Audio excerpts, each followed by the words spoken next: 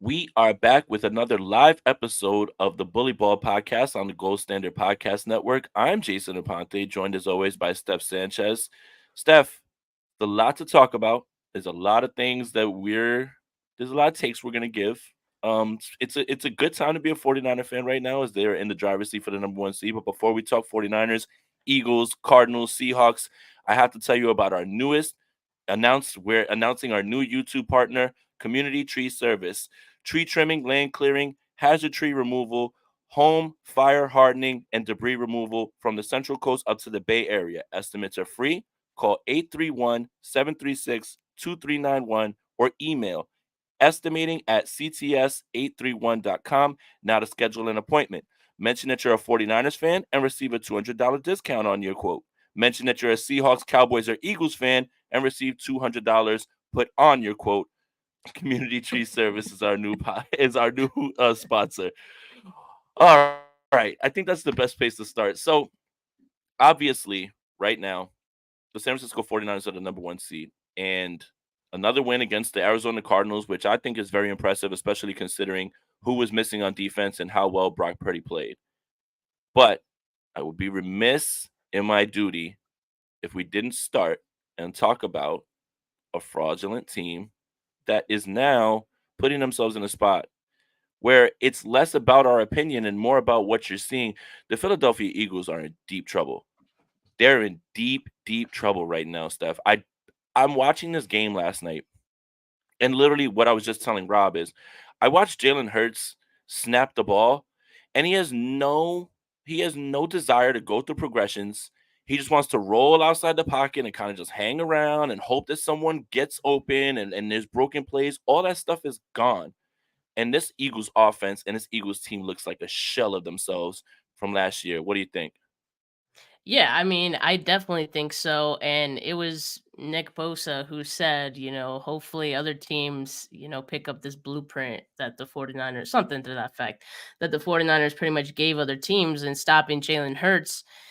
And it kind of seems like other teams have picked up on it. And what's crazy is that, you're seeing less talented teams be able to run the same, defensive game plan and still be able to stop the Eagles, right? That should make them worry. Like, and I got to give credit to you, Jay, because you're always able to suss out the frauds way earlier than I think like other people. Like I remember last season you were talking about the Vikings being frauds way earlier in the season before anyone else, before it really caught up to them.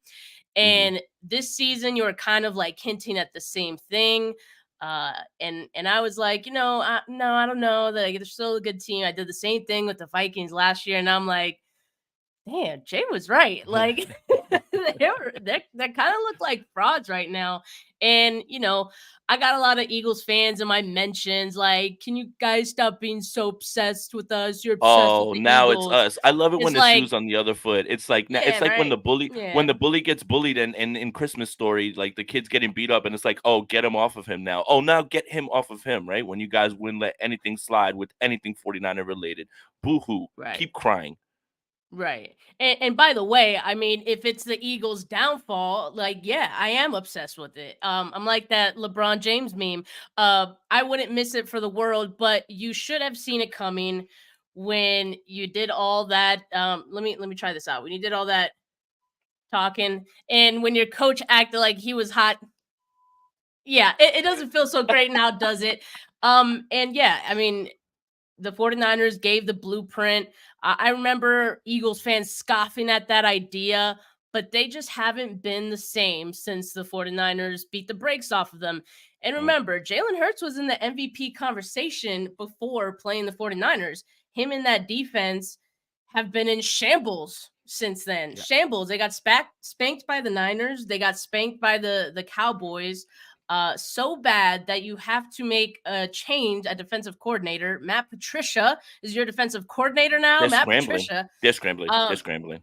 yeah, and that's a concern, right? Like overreaction central. But I get it now. I get it now because you Yeah. just lost to Drew freaking Lock in week 15 when quite frankly, like they did have a decent chance of regaining the Yeah. number one seed if they won that game. But you know what? It couldn't be the Niners, couldn't be Brock Purdy. So don't you ever mention that Hurts man in the 2023 MVP conversation again. And I tweeted this last night, and I'm going to say it here again for those of you who don't Ooh, follow me. let's go. Don't you guys mention that false starting, tush pushing, fraud ass team in the same sentence as a Niners team, because I am telling you right now, those mother are not real. I love the meme reference.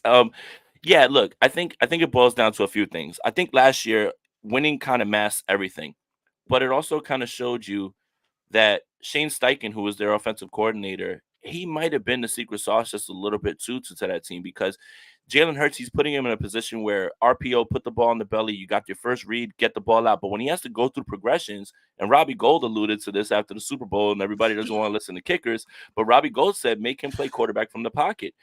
It's all kind of showing itself right now. It is showing itself right now. And the reason that I was out on them in this league, there's no right or wrong way to win games, right? Like I've said it a million times. This isn't college football, right? Like you don't get points for putting up 60 on Northern Hawaii and then all of a sudden you go up like the rankings, right? Like a win's a win is a win is a win in the NFL. But the way they were winning and the teams that were struggling with were concerning. I mean, for God's sakes, they struggled with the New England Patriots early on in the season. Those guys can't even score points, and they were struggling with them. Then you had that Kansas City game where if MVS can catch the football, they lose. If you have that Buffalo Bills game where Gabe Davis turns in the right direction. Okay, you're talking about a lot about like what ifs and what aboutisms and what could have happened.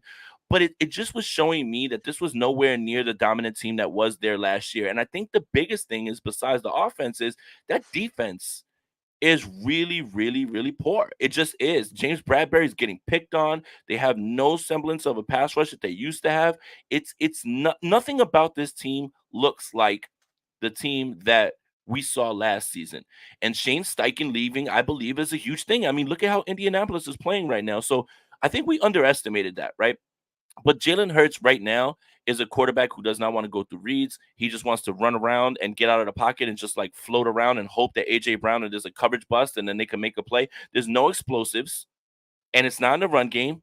I don't know if he's injured and they don't want to run him, but this team is just a shell of themselves. And until I see something, and again, this is a 3-game stretch that they've lost, right? And we kind of caped for the 49ers during that 3-game stretch, right, Steph? It's all little things that could be corrected. I don't know if there's anything to correct here because Philadelphia is not missing anyone. AJ Brown's playing. DeAndre Swift's there.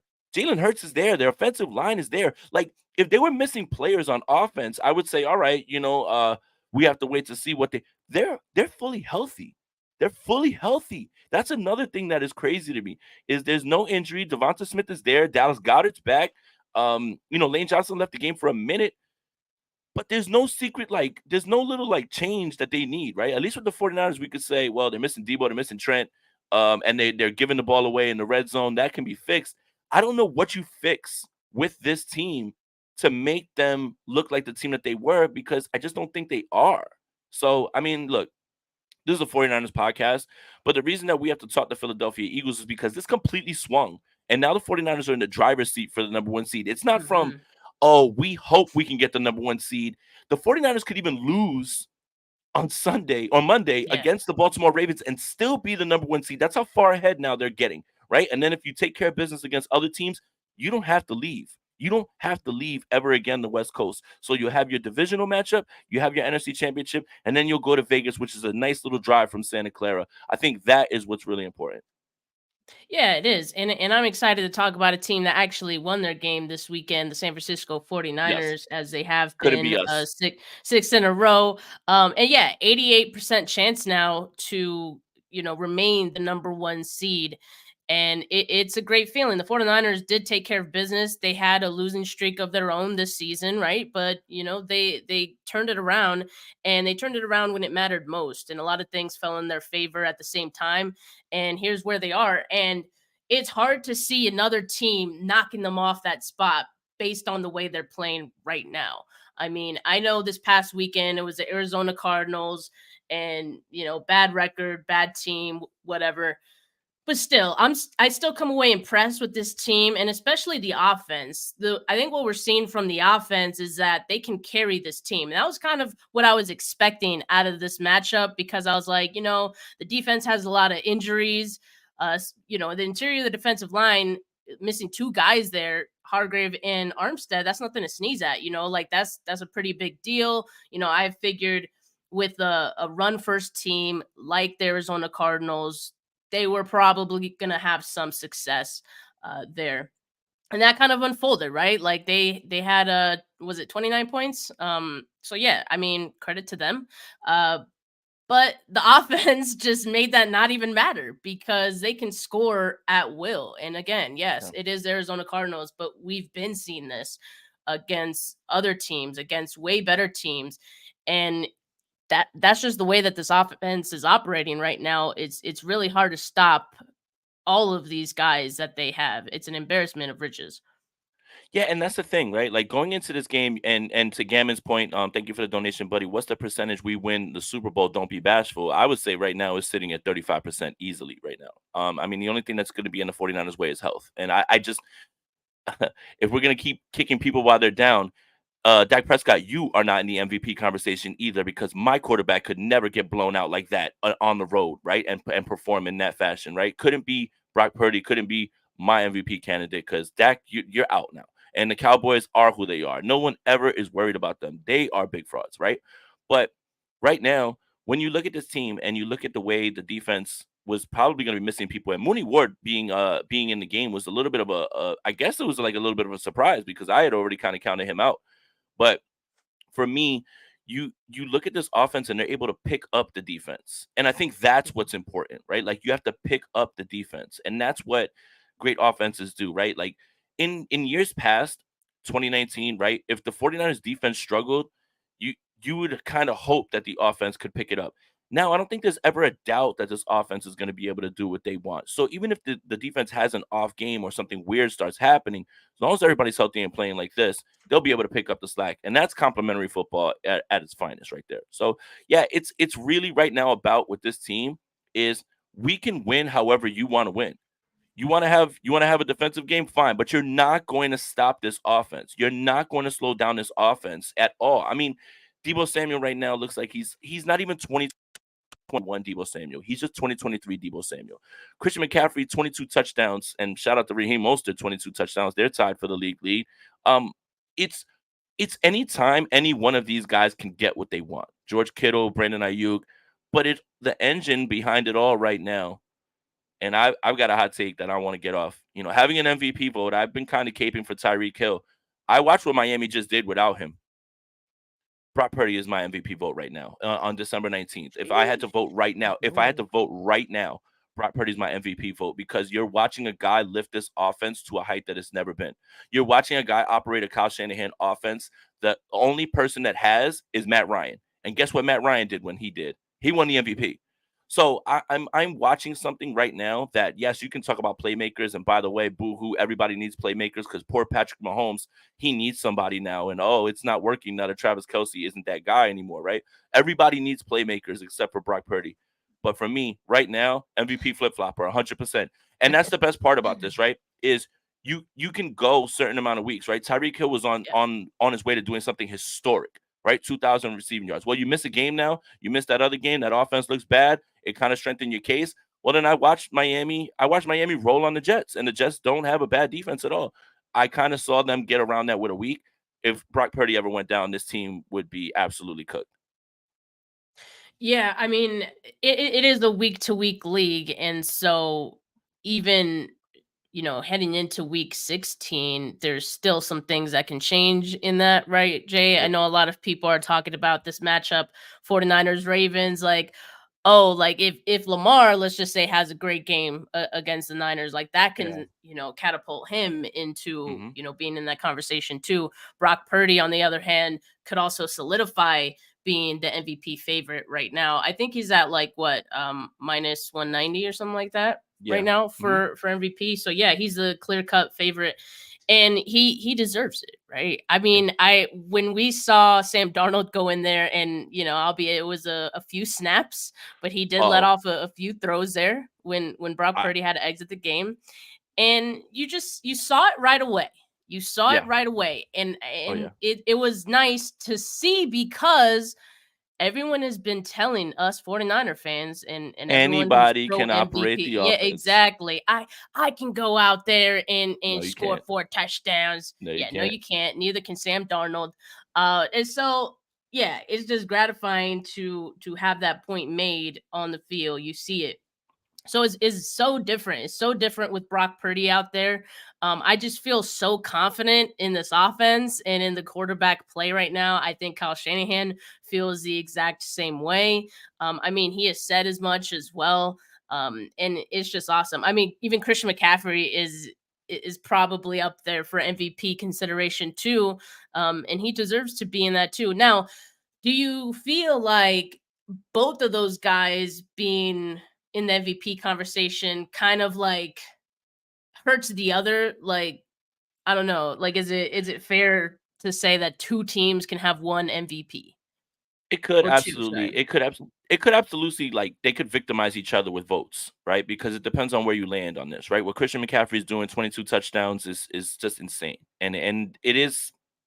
I, look, if Brock Purdy doesn't win the MVP, I don't care because he's gonna Yeah. be in a game in Vegas that matters and not the Pro Bowl, right? So win that MVP and I'll take that, right? But as 49ers fans, we're not gonna let anything slide, and always there's gonna be something to be upset about. But yeah, they are gonna cancel each other out because it depends on where you land on this or the like this right here, right? Because there is an argument to be made that when Christian McCaffrey did join this offense, even when it was being operated under Jimmy Garoppolo, the offense went to another level, and it did, and that's 100% true. But what you're doing now is something that I think Steph hit on a great point. I have no worry about this offense, right? None. And I think that at any time they can get whatever they want, and I think that is something that we haven't had confidence in. And I'm going to say this since Steve Young was the quarterback. And that's not to knock Colin Kaepernick, Jeff Garcia, right? Like there's something right now about this offense that has defenders in shambles, and it's so funny because it's just like, well, slow down this guy, cool, take one away, take this guy away. Like everyone knows the ball's going to Christian McCaffrey, nothing you can do about it. Everybody knows that when Debo's got the ball, nothing you can do about it. That's this offense right now is for the first time in Kyle Shanahan's era, for the first time, far ahead of the defense. And the defense played very well at certain points in this game. And that's kind of crazy because in 2019, it was all about the defense, right? 2021, all about the defense. Right now, the defense is kind of just there and the offense is the star of the show. It's crazy to me that we're living in a time like this. And I can't believe this is my life. I can't believe this is my life. Yeah. I mean, you mentioned like teams literally game plan all week to stop Christian McCaffrey, and yet he can score 7 touchdowns on the season against one team, the Arizona Cardinals, right? Like that's pretty crazy. I'm starting to get the same or similar sense with Brock Purdy and how teams are game planning against him, because what was it before? It was like, oh, let's blitz him to death. Okay, he diced up the blitz a number of times. Okay, well, maybe that's not going to work. Okay, well, the Arizona Cardinals this past week said we're just going to drop everyone into coverage.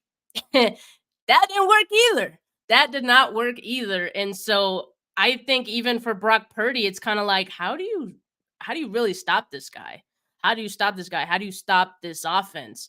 And so that's another reason to feel super confident in this team, because it just seems like the 49ers are going to figure a way out of anything. No matter what you show that maybe might be working, okay, let's try this, and then that's going to work, right? And so both of those guys had really great games. Brock Purdy, it was his homecoming game, 4 touchdowns, 9.7 yards per attempt. Under pressure, he was 8 of 10, 138 yards, 2 tutties. I mean, this is what we've been seeing from Brock. Like, it just looks normal, like, now. Yeah. It looks automatic now, and it's crazy. I know a lot of people are like, he looks like Drew Brees out there. And it's funny because, like, a lot of, I guess, Saints fans are like, how dare you disrespect Drew Brees like that? It's a compliment. Have you It watched is. Brock Purdy play? It's a compliment. Like, I mean, Brock Purdy looks that efficient. He looks that good. And I think I agree that I don't really care if Brock Purdy isn't voted the MVP because he's already in the conversation this late into the season. I think that's Mhm. already a really good place to be and a really good honor. And I think Brock Purdy is going to have way more chances at an MVP. As long as he's with this offense, as long as he continues improving, which we have seen improvements every week out of him. I feel like, I mean, yeah, like you said, I can't believe this is my life. Yeah, what a time. And Gammon Brown says, let's get to the hard hitting questions. Do you drink eggnog? How long after Christmas do you leave your decorations up? Well, Gammon, soy boricua, so we drink coquito, not eggnog. So what is that? So essentially it's the same idea. It's almost like like eggnog, but it's spiked. So Okay. like you put Bacardi in and everything. I know that there's a certain person that makes it for me that puts like Nutella in it. It's really good. But yeah, we What? we drink we drink coquito in Puerto Rican households. And Christmas Day is not our day to celebrate. Noche Buena is, which is Yep. Christmas Eve. Yeah, Christmas Day is for recovering, but Christmas Day is for football actually. So what do you think? Yeah, I saw Rob there had something to say about eggnog. He said eggnog is trash. Now, I'm weird about eggnog. To me, eggnog tastes like bubble gum. It doesn't taste. It just tastes weird. Mm. I'm sure, like if it's spiked, you know, that'll make it go down a little easier. I think, because I'll feel good a little bit. But yeah, I'm not too big on eggnog, honestly. And as far as leaving my decorations up, probably I don't know, mid January maybe. I like to. It takes a lot of work, to put Yeah. those things up. So I like to enjoy it for quite a bit. The correct answer is July.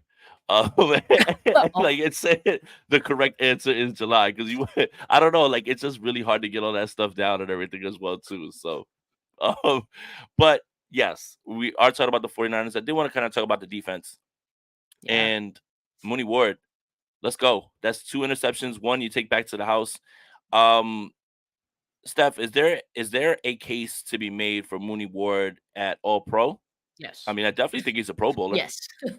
Yes. Yeah, The man. short answer, I yes. mean, I think he's making the case, right? And I think it was cool. And I know everyone's been talking about this because he basically called his number. Like he was on the Eric Armstead podcast saying how, like, yeah, I got all these pass breakups. He led the league in them, and if he could just get the interceptions, people would respect him as like one of the top corners. And he had two. He had two in one game after having two in all the season before coming into that game. And I thought it was cool too that he mentioned he was catching balls from Sam Darnold throughout the practice week to kind of There's like a joke. There's prep a for joke in that. there somewhere. There's a joke in there somewhere. I'm sure. I'm sure there is. I'm sure there If is. you want to learn, if you want to learn how to catch interceptions, Sam Darnold might be the guy that you need to go to. But I mean, like in all seriousness, like Darnold throws some lasers, so I think it helps to be just prepared for the ball coming towards you and a heater, right? Like you never know, you got to be prepared for any which way, and some wobblers too, in there. So yeah, he's gonna be prepared for whatever, and those two interceptions pretty much show for it. And the pick six too, I didn't know he had that kind of speed. I Oh yeah, didn't he got know it, away. but Oh yeah, yeah. he So was hopefully scooting. this is something we see out of Mooney Ward going forward. I mean, I don't think we 49ers fans felt like he needed this necessarily for us to No, feel like he's been doing a good job with this defense because yeah, he's been having a great season. But I mean, we wouldn't complain about some interceptions, right? nope. I mean, that's the thing is there's so many things that my whole take on statistics is they should back up what you see on the film, right? So somebody could have a ton of sacks, but if you're cleaning up a sack and you kind of had somebody run into you or you had a quarterback who's holding the ball a little bit too long, there is a little bit of context that goes with that. People want to see from defensive backs interceptions. And especially early on in the season when Mooney was being targeted over and over, and it felt like people were trying him and testing him. It's like coming out of the bye, whatever the idea was to say, hey, just go follow the best receiver and we'll figure everything else out on our back end. It kind of gave Mooney the confidence a little bit more to say, all right, yes, they still believe in me. I am still that guy. And that's why they brought me here, right? Like that's the idea of you bringing in Mooney Ward. When you sign him from the Kansas City Chiefs, you want to have like that lockdown corner, right? No disrespect to Unc, but Unc wasn't, Uncle Sherman wasn't like a lockdown guy, right? Like it was more like within the system, plays very smart, understands exactly what he needs to do. That whole traveling thing and playing man to man and just being locked up one on one, that's something that's kind of been foreign from the 49ers for a long time. And I'll let you guys figure out who the last guy that really was that could lock down. And it's funny enough, it's from the 94 team, it's Deion Sanders. So it's kind of the bye week adjustment from not only the fact that the pass rush has now caught up, but the confidence that they've given Mooney Ward in telling him, go be our guy, and we're going to figure out everything else on the background has trickled down to Ambry, has trickled down now to Lenore. I mean, this team right now, they are playing at a level, even if you look at the points and you want to say, oh, that's a lot of points to give up to the Arizona Cardinals, that game was over. That game was over. That's garbage time points, right? Like, I'm not going to look at that number and say, oh, how could you give up that many? That game was over. So right now, shout out to Mooney Ward. Shout out to Steve Wilkes. And the secondary, I mean, this secondary is really rounded into what we thought they would be early on in the season. And out of the bye week, adding in Ambry Thomas has just strengthened it. And it's crazy to think that you lost Talanoa Hufanga, who was an all-pro, and Jair Brown's just stuck right in, and he's just like, hey, we're ready to go. And you don't really lose too much. Just a testament to this defense. Yeah, I agree. And I want to give some flowers to Diamador Lenore too, because I thought he had a great game. He had 9 tackles, a tackle for loss, pass defended. And I saw him in run plays as well, pass plays, of course. My concern now, and like I guess this is where we shift the conversation to the injuries on the defensive side of the ball. Yep. Lenore Yep. now dealing with the rib injury. He is day to day. I concerning because the 49ers already had a fair share of injuries on the defensive side of the ball. And it's not 100% that Armstead and Hargrave are going to be back this week. Of course, like that is the hope. The team will be optimistic. They have a chance, is what Kyle Shanahan said, but that's no guarantee. And Right. you have Lamar Jackson and company coming to town. And that's going to be a big test where I feel like you're going to need all hands on deck on the defensive side of the ball. And if they don't, I'm going to feel a little concerned in this one. Mhm. Yeah, and we kind of felt concerned with Kyler Murray being the quarterback, right? You don't Yeah. have Hargrave and Armstead, and we didn't think Mooney was going to play. So imagine, let's triple that because Lamar Jackson is really like that. What I do want to say, at least with some optimism, is that there is an extra day. The 49ers play on Monday night. They do not play on Sunday. So there is a possibility of that. Kyle Shanahan did say that Eric Armstead and Hargrave are still dealing with it. They have a chance to play. I don't know what to take away from injury assessments from this coaching staff. Some guys are fine and all of a sudden out for the year. Some guys look like they're out for the year, like Mooney, and then all of a sudden he's playing. Well, not out for the year, but that injury looked like it was going to be at least a week or two, right? Like it felt like it was going to be something like that. But yeah, they do have an extra day. It would be a blow to lose Lenore because on the back end for the Ravens right now, Odell Beckham's kind of turning it on. Obviously Zay Flowers is probably one of Lamar Jackson's best weapons. I think the most interesting matchup in this game is going to be how the 49ers match up with Isaiah Likely. Obviously, this isn't Greg Roman's offense, right? This is Todd Monken's offense, which is a lot of vertical passing. But Isaiah Likely is a baller, and Lamar Jackson seems to be locked in on him. So it is going to be something to watch. Who's going to be able to cover him? Is it going to be Fred? Are you going to do a multitude of things? Are you going to try to shadow somebody over the top? I think that's really important. Obviously, they just lost Keaton Mitchell for the season. The Baltimore Ravens did. So it's just always the threat of Lamar just being able to make plays and move around. But I do want to say this. I actually feel much better about this game because of what the Los Angeles Rams were able to put on film and do in that game. Sure, they gave up a lot of points, but they were in it. And for a little while, that offense was flummoxed and they couldn't figure out how to beat certain things. So I'm going to go back and watch that so I can try to hone in on at least a little bit more. But I do feel a lot better about it because Lamar Jackson and the Ravens are so good against first-time meeting NFC opponents. It's the AFC opponents that tend to give him trouble because they see him much more. But the Los Angeles Rams gave them everything they could handle in Baltimore. So I think that's going to be interesting to go back and look and see what little things they did. Did they leave someone to spy? Were they playing a little bit more cover two shell, keeping everything in front of them and then rallying to the football? So it's going to be interesting to see that. But I do think there's a little bit to be taken away from the Los Angeles Rams against what they did against them. Yeah, I mean, I haven't watched a lot of Ravens games this season, so actually watching them, I think it was Sunday night, right? Yeah, against the Jags. The Feel Jags. like even that game, I know that the Ravens won 23-7, but even that game, I was watching the Jags, who at times struggle on offense. I felt encouraged by that even because they were making some plays, or the plays were there. There were just some weird things that happened, and situationally not sure what the Jags were doing in some spots, but I think the 49ers could definitely have their way against the Ravens defense. Kyle Hamilton is a dog Yes. on their defense. So Yes. he's maybe the one guy you really got a game plan around. And you mentioned Isaiah Likely.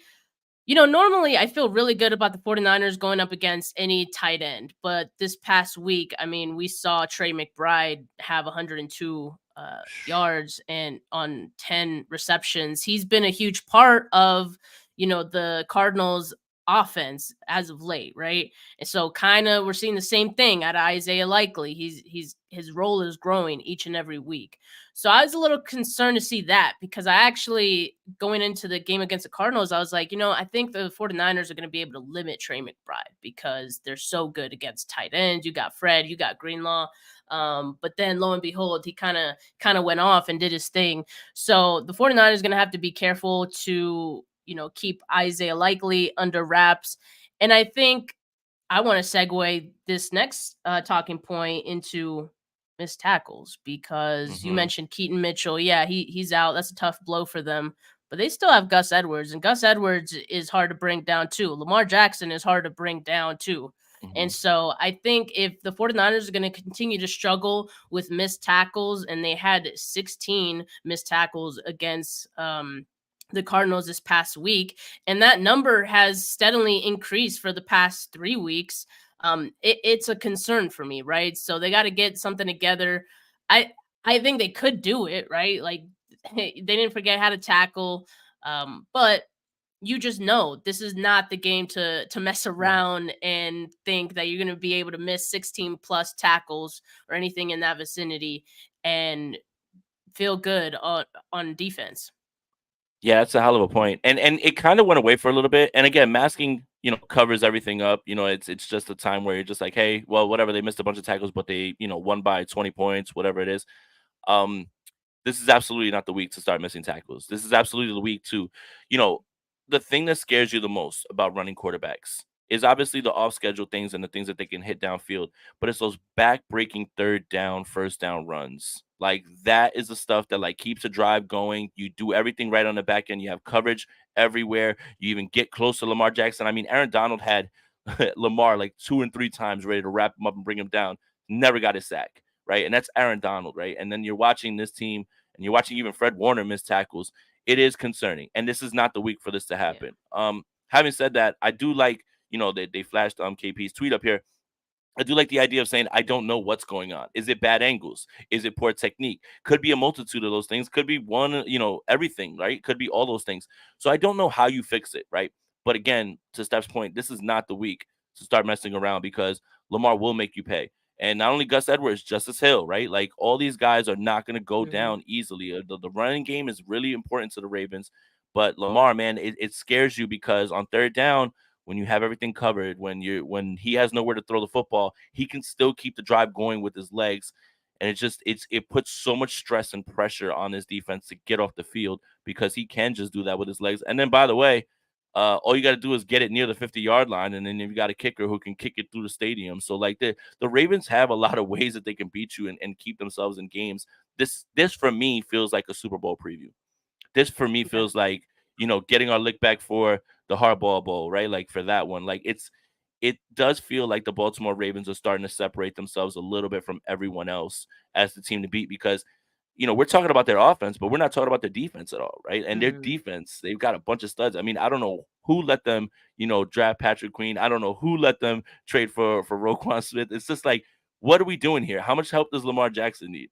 So again, it's going to be a lot of things, but I do think this is going to be a Super Bowl preview. And the 49ers don't have to win this one because they'll still be in the first seed. But it's not a must win, Steph. I'm gonna label it what I usually label it. It'd be a lot cooler if you won game than a must win.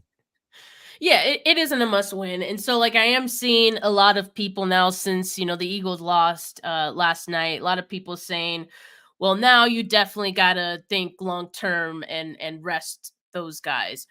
Honestly, I don't think the 49ers would put guys who are hurt in jeopardy anyway, even for this game. Like I don't think they would have seen this as a must win game, even if the Eagles won, just because they do have that advantage over the Eagles. But yeah, I mean, it is nice that, yeah, they could be a little more cautious with some of the guys dealing with injuries and you don't have as much pressure.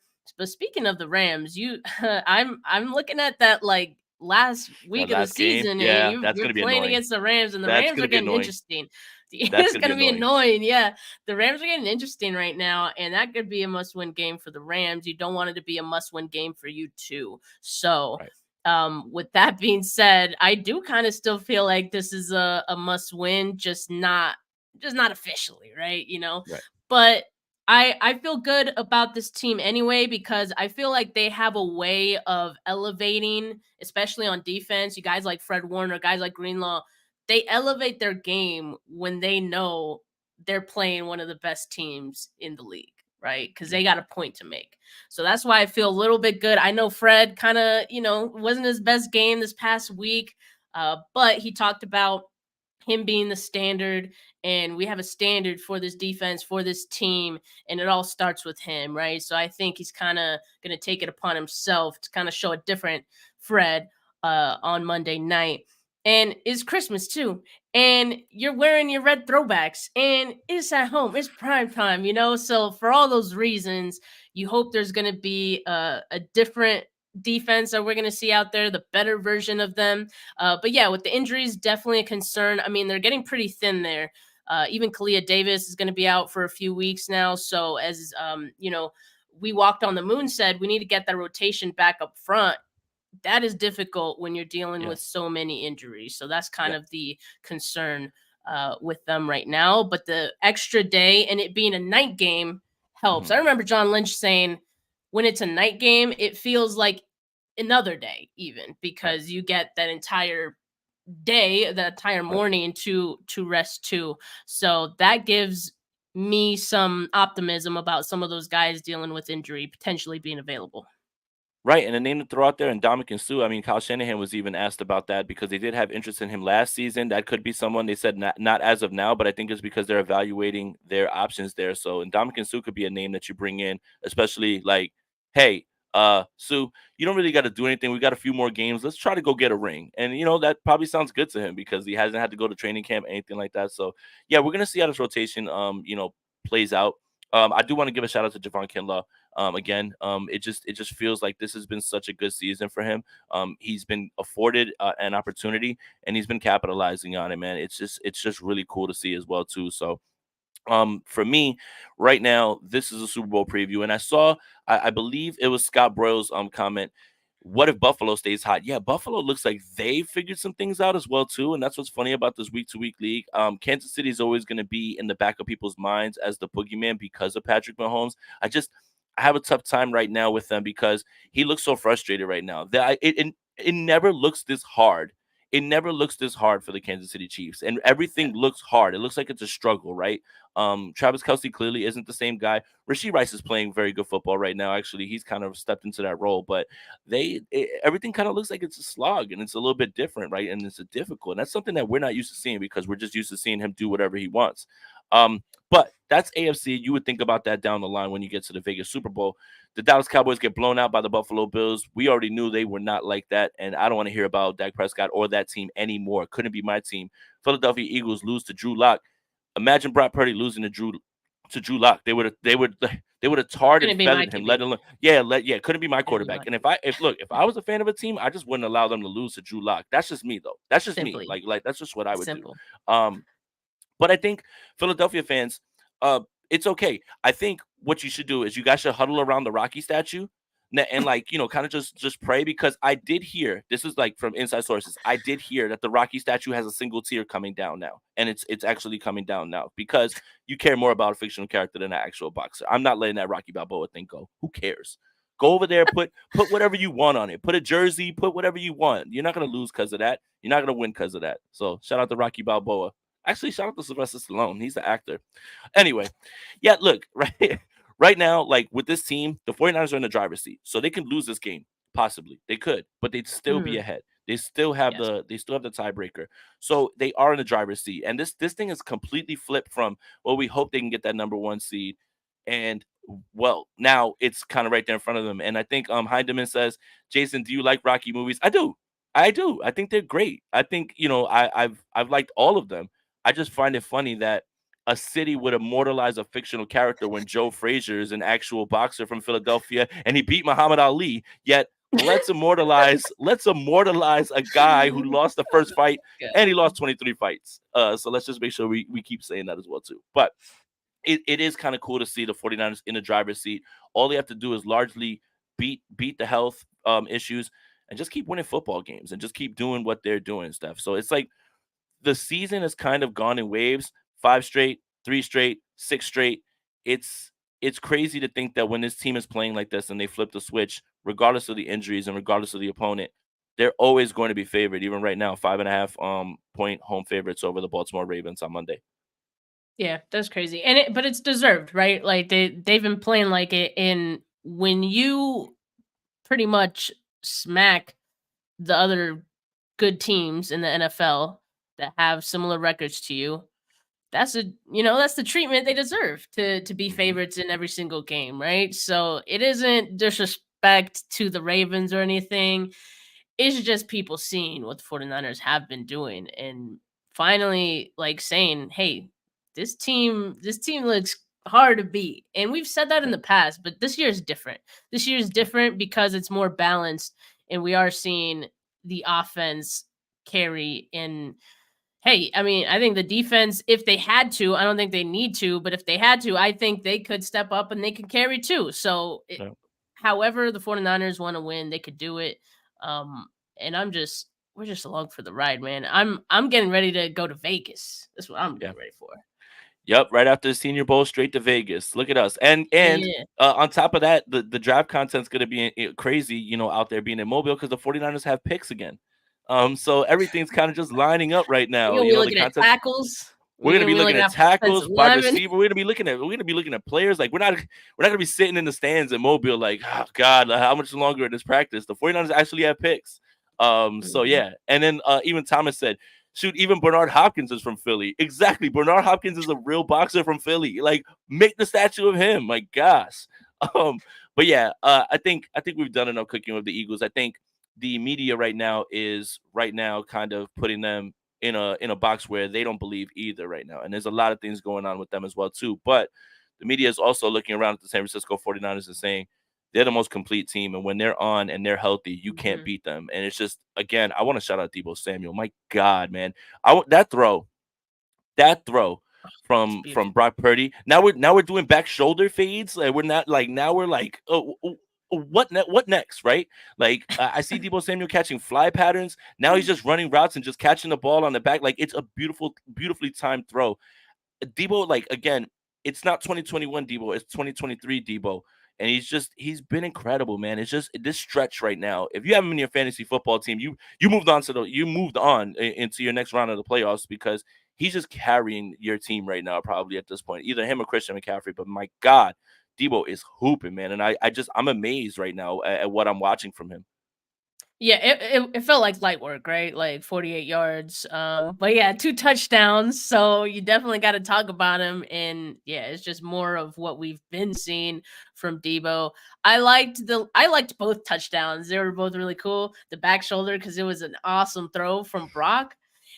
But the one where he like just kind of jogged, like he acted like he wasn't gonna get the ball, and then he Right. like takes off. I really liked that because that was just Kyle threw that in there is like just jog it out and then go. Mhm. That was definitely by design, and I like it. I like it. Yeah. It's funny. I love JT O'Sullivan's videos, but he is always dogging Debo Samuel for how he Yeah, runs he his is. routes and Yeah, everything. in the It's 7-step drops. it almost feels like Kyle Shanahan is trolling by doing that and like telling Debo, like, yeah, go ahead. And then what do? You get points out of it. I think it's funny. I think that's just kind of where we are with conspiracy theories right now. Like Kyle Shanahan's sitting around like, oh, okay, yeah, JT O'Sullivan's talking crazy about 19. Okay, well, let's throw this at him and let's add this touchdown in there as well too. But shout out to JT. He does a lot of good Secretly, content. Kyle is a petty king. Like, Oh yes. Oh he's not yes. upfront about it, but he's definitely a Yeah. petty king. Kyle's one of those guys, and I like to try to pride myself on this, but it ends up being opposite. He doesn't respond to it all, but he sees it all.